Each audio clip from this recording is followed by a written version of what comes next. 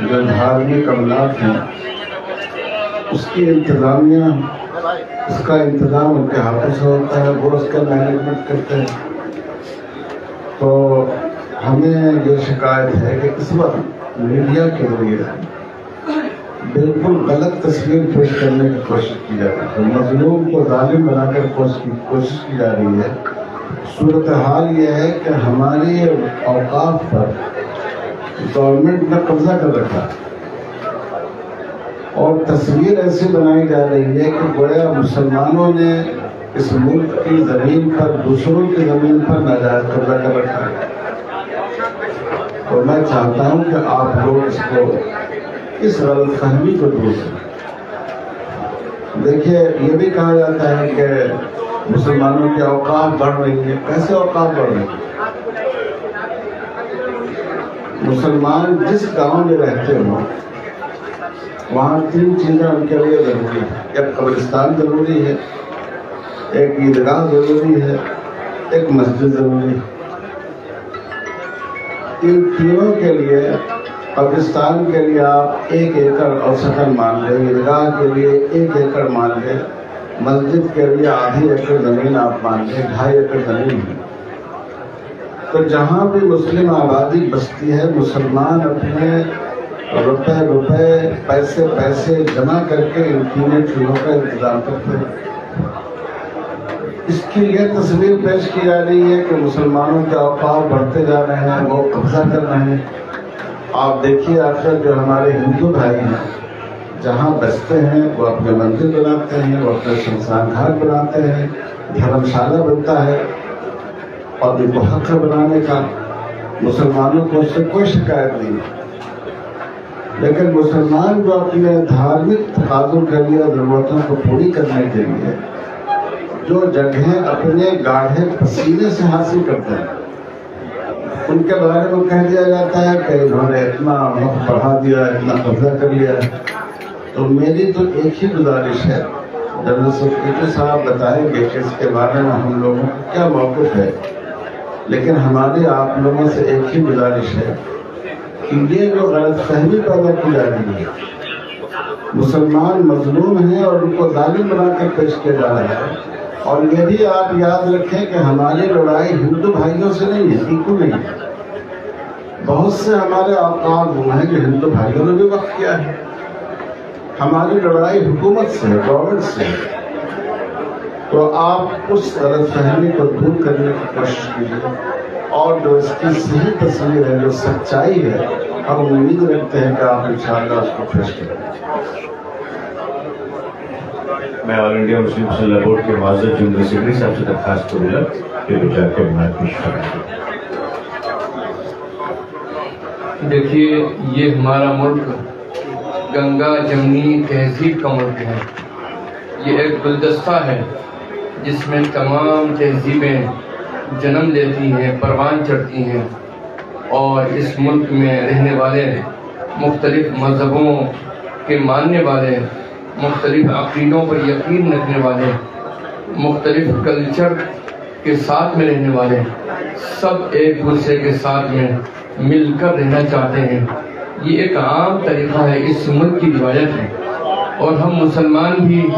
اس ملک میں رہنے والے تمام باشندوں کا احترام کرتے ہیں، اور یہی ہمارا امتیاز ہے کہ ہم اس ملک میں محبت کے ساتھ میں رہنا چاہتے ہیں،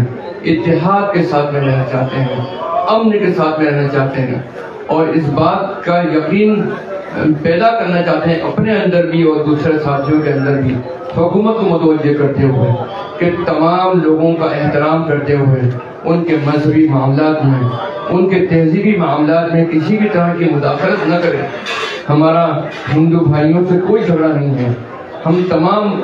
اس ملک میں رہنے والے ہر باشندے کا احترام کرتے ہیں، اور ہم اس ملک کے دستور کا، اس ملک کے آئین کا بھی احترام کرتے ہیں، اور ہم یہ سمجھتے ہیں کہ اس ملک کا کانسٹیٹیوشن ہم سب کو اپنے اپنے عقیدے پر، اپنے مذہب پر، اپنے کلچر پر قائم رہنے اور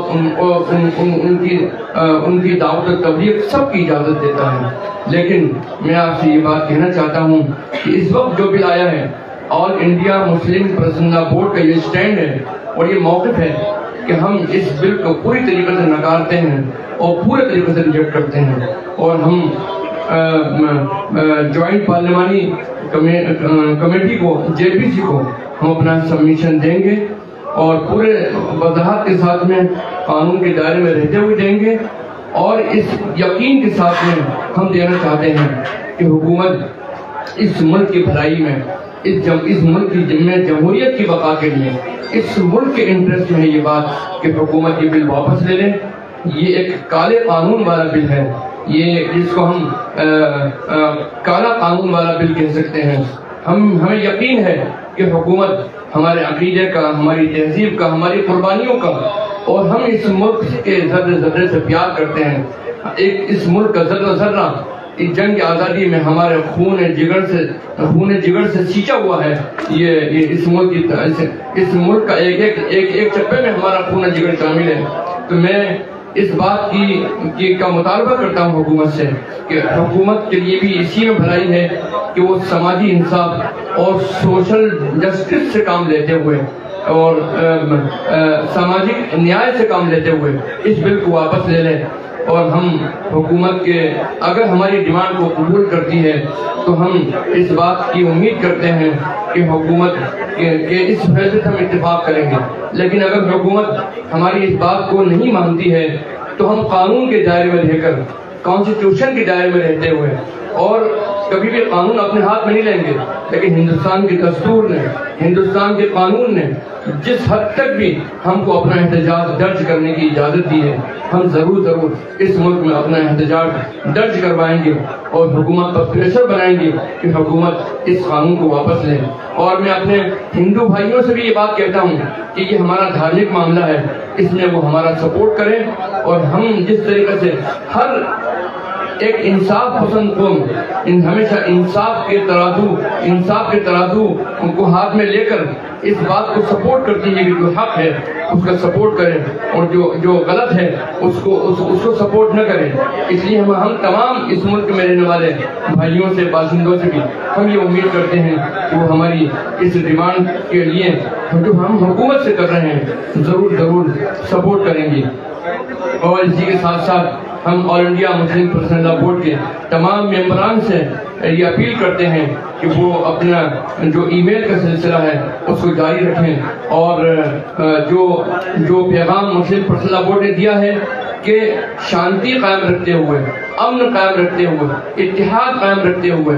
اپنا جو احتجاج کا جو طریقہ ہے جو کانسٹیٹیوشن نے ہم کو دیا ہے اس کو جاری رکھیں گے۔ اور ہم یہ بھی بتا دینا چاہتے ہیں، ہم نے یہ فیصلہ کیا ہے اور ہمارے اس ریزولوشن میں یہ بات آ چکی ہے کہ وہ تمام سیکولر پارٹیاں جو کہ ہمارے بورڈ سے اقتدار میں آتی ہیں، ہمارے بورڈ سے ممبران پارلیمنٹ بنتے ہیں، ہمارے بورڈ سے جیت کر وہ ودھایک بنتے ہیں، ممبر اسمبلی بنتے ہیں، ان تمام پارٹیوں کو ہمارا یہ کھلا میسج ہے کہ اگر انہوں نے ہماری بات کو نہیں مانا، ہمارے موقع کو سپورٹ نہ کیا، تو یہ بات یاد رکھیے کہ وہ ہمارے پاس جو ووٹنگ کی طاقت ہے اس سے وہ محروم ہو سکتے ہیں۔ اور ہم اس بات کے لیے ہم بالکل کھلے دل سے یہ بات کہہ دینا چاہتے ہیں کہ ہمارے ووٹ کا سپورٹ ان کو آئندہ الیکشن میں نہیں ملے گا، یہ ہمارا فیصلہ ہے۔ وآخر دعوانا ان الحمدللہ رب العالمین۔ جی سوال نہیں، میں باتیں رہ گئی کیونکہ شوہر کا وقت ختم۔ ہاں نہیں دیکھیں اصل میں کچھ باتیں جو ہمارا اعتراض ہے اس بل پر وہ آپ کے سامنے آنا چاہیے۔ دیکھیے اس بل میں ابھی تک جتنے بل آئے ہیں پارلیمنٹ میں، جتنی بار قانون میں ترمیم ہوئی ہے 1954 سے لے کر 1995 تک اور 2013 تک، وہ وقف کے قانون کو مضبوط کرنے کے لیے، وقف کی جو پراپرٹیز ہیں ان کو ان پہ قبضہ نہ ہو، ان پہ انکروچمنٹ نہ ہو، اس کو روکنے کے لیے واقف نے جس کام کے لیے وقف کیا گیا اس کام کے لیے وہ بھی۔ لیکن یہ پہلا بل ہے جو لایا ہی اس انٹینشن سے گیا ہے کہ وقف کے قانون کو کمزور کیا جائے، وقف کی پراپرٹی پر انکروچمنٹ کے لیے راستہ ہموار کیا۔ اس میں ایک اہم بات جو کہی گئی ہے وہ یہ ہے کہ یہ جو گورنمنٹ ہے، دیکھیے پہلی بات تو یہ ہے کہ ہمارا جو وقف کا قانون ہے وہ وقف کی پراپرٹیز کو ریگولیٹ کرنے کے لیے لایا گیا ہے۔ وقف بورڈ یا متولی وقف کی پراپرٹی کا مالک نہیں ہوتا ہے، جو آدمی وقف کرتا ہے وہ اس کو ریگولیٹ کرنے کے لیے ہوتا ہے۔ لیکن اس بل میں جو پاورز وقف بورڈ کے پاس تھے وہ حکومت نے چھین کر وہ کلیکٹر کے حوالے کر دی. اب اگر مسئلہ یہ کہ اس پارٹی اگر حکومت پارٹی ہے, حکومت نے قبضہ کر رکھا ہے, تو اس کا فیصلہ وقف بورڈ نہیں کرے گا, اب وہ فیصلہ کلیکٹر کرے گا. آپ سوچئے کلیکٹر کس کے اندر میں ہوتا ہے. تو اس بات کا اندیشہ ہے کہ بہت ساری پراپرٹیز ہمارے ہاتھ سے نکل جائیں. نمبر 2, اس میں ایک اور اہم کلاس کو ختم کیا گیا ہے, وہ وقف بائی یوزر کا کلاس. یعنی ساری پراپرٹی جو وقف کی پراپرٹی ہے, جو وقف کے طور پہ استعمال ہو رہی ہے, جیسے مسجد ہے یا عیدگاہ ہے یا قبرستان ہے, یہ سب وقف کے نام سے استعمال ہو رہی ہے لیکن وہ رجسٹرڈ نہیں ہے, ریونیو ریکارڈ میں نہیں ہے. تو وقف بائی یوزر کی کلاس کے تحت وہ وقف مالی جائے گی. اب وقف بائی یوزر کی کلاس کو ہٹا دیا گیا ہے. اب ایسی تمام پراپرٹی پر اس بات کا اندیشہ پیدا ہو گیا ہے کہ اس میں قبضے کے لیے راستہ ہموار کیا جائے. اسی طرح سے وقف بورڈ کے جس طرح اور بھی مٹھ ہے یا گردوارے ہیں, ان کو چلانے کے لیے انہی کے مذہب کے لوگ اس میں رہتے ہیں. لیکن پہلی بار حکومت نے اس میں یہ بھی شرط لگا دی ہے کہ وقف بورڈ میں بھی اور سینٹرل وقف کونسل میں بھی لازماً 2 نان مسلم رہیں گے, وہ زیادہ بھی ہو سکتے ہیں. اسی طرح سے گورنمنٹ یہ لوگوں کو مس لیڈ کر رہی ہے کہ ہم نے پہلی بار خواتین